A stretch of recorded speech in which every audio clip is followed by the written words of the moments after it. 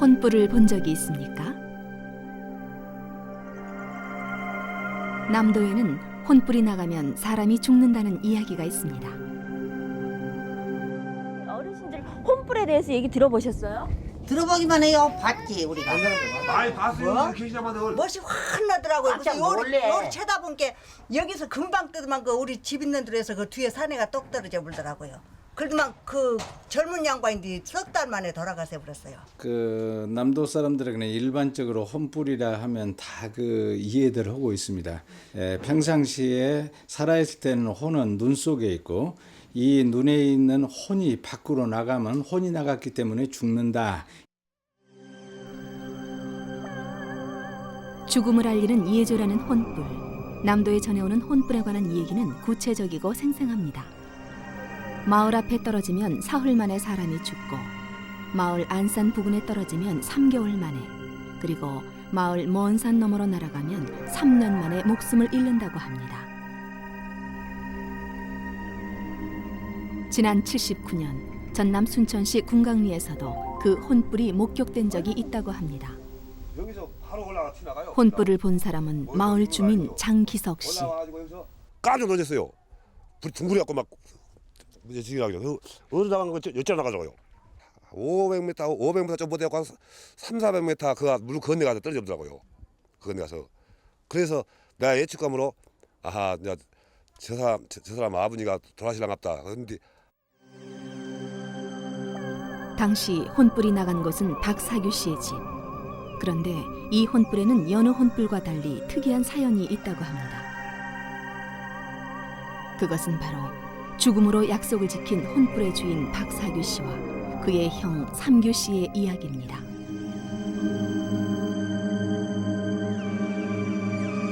엎들 보셨어. 여기라도 좀 하시오. 한발 먹고 하자고. 아유, 아이고, 이제 배고프시더라. 아니 박삼규, 사규 씨 형제의 이야기는 하루 한 끼 때우기도 힘들었던 시절 1933년으로 거슬러 올라갑니다. 사규야, 사규야. 성. 벌써 왔어? 밥 안 먹었지? 이거 먹어. 나 배부른디. 성 주려고 하나 더 받아왔구먼. 둘 다 성이 무거워. 사규야, 네가 먹어. 아니요, 형이 무거워. 자, 얼른 먹어. 그러면 성이 내 거 묵으라. 내가 성 거 묵을게. 당시 형 삼규 씨가 17살, 동생 사규 씨는 15. 어려서 부모를 잃은 이들 어린 형제가 살아남을 수 있었던 것은 이런 남다른 우애 때문이었다고 합니다.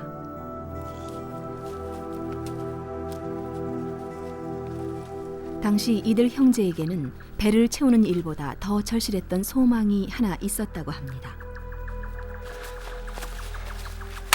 형제의 소망은 바로 땅이 없어서 남의 산에 몰래 매장했던 아버지의 묘를 터가 좋은 곳으로 이장하는 것이었습니다.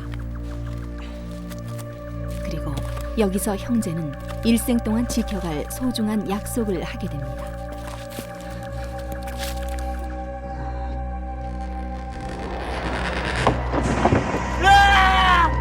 아버지! 봉분 하나 없이 묻힌 게 한이 됐던 것일까요? 아버지의 시신은 제대로 썩지도 않은 채였다고 합니다. 살도 다 안 썩고 머리도 그냥 긴 채로 이런 건 또 그대로 이장을 못 한답니다. 그걸 다 이제 뼈를 추려내는 거죠. 그것도 일반 칼로 깎아내지도 못하고 대나무 고챙으로 두 형제분이 부모님 할 수 있죠. 나무 같은 무서워 옆에 가지도 못한데 그러면서 그 지게로 짊어지고 두 분이 울면서 성, 나 버리고 어디 가면 안 돼요? 그럼 벼락 맞지. 인자 우리는 살아도 같이 살고 죽어도 같이 죽는겨. 약속하지? 이날 형제는 아버지의 시신 앞에서 죽음까지도 함께할 것을 약속한 것입니다.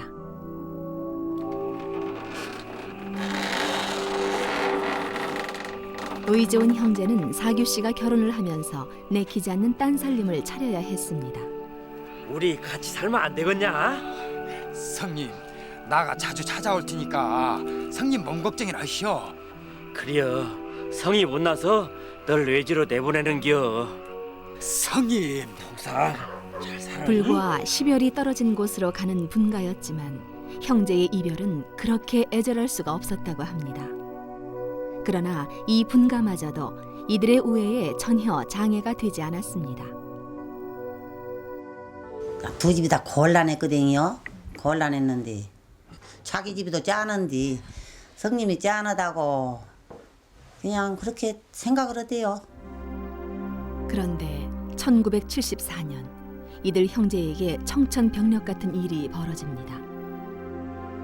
동생 사규 씨가 식도암 판정을 받은 것입니다.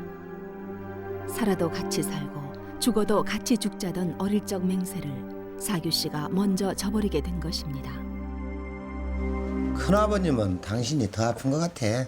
안전히 한 번씩 오시면은 바로 쳐다보지도 못해요. 큰아버님 얼굴이 아니야. 같이 아프신 거예요, 같이. 그냥 맨날 괴로우셔가지고 네가 내 앞에 가면 안 된다 항상 하시는 말씀이. 그날 이후 형 삼규 씨는 만사를 제쳐놓고 약초를 찾아 산속을 뒤지기 시작합니다. 동생을 반드시 살리겠다는 삼규 씨의 의지는 열병과 같은 것이었습니다.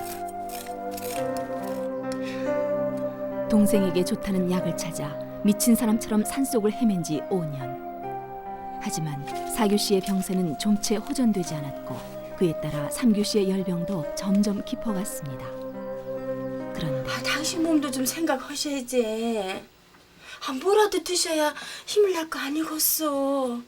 자, 이거라도 째까 좀 드시소. 예? 혀가 그 꼴이 되었는데 때가 살아서 버려.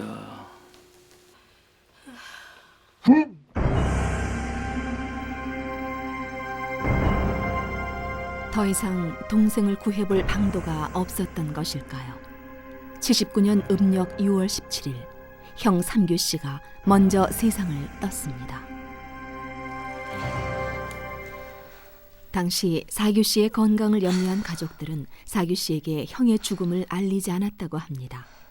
그런데 요상한 일이여. 어찌 이렇게 매미 뒤숭숭할까? 성님한테 뭔 일이 생긴 거 아니여? 일은 뭔 일이 있겠어. 당신 아픈 것이 큰일이지라. 근데 어찌 이렇게 한 번도 안 오실까? 날마다 오시던 양반이. 성님한테 뭔 일이 생긴 것이여? 그렇지?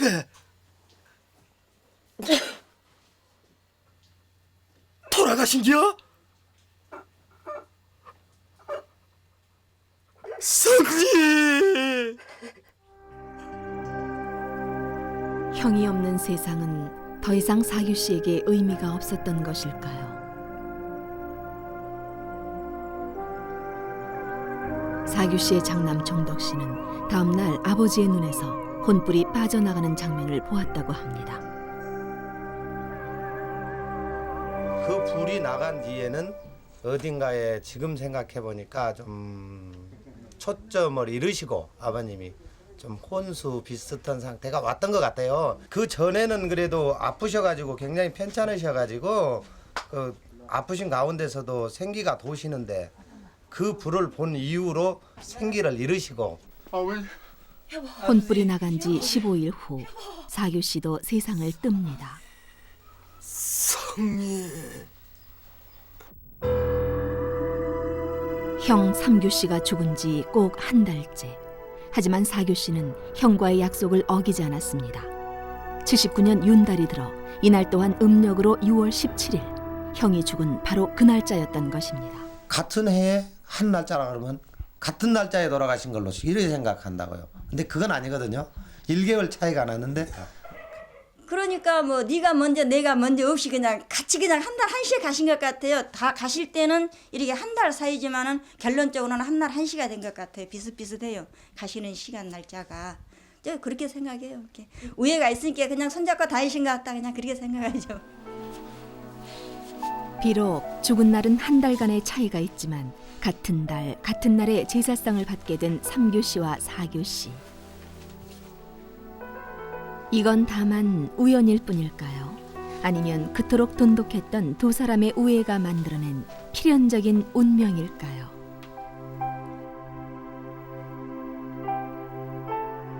가족들은 두 사람이 생전에 그토록 각별했던 만큼 제사상도 함께 다니며 맞을 게 틀림없다고 생각하고 있습니다. 사규 씨의 혼불, 궁강리 사람들은 그걸 우애의 상징으로 여기고 있습니다.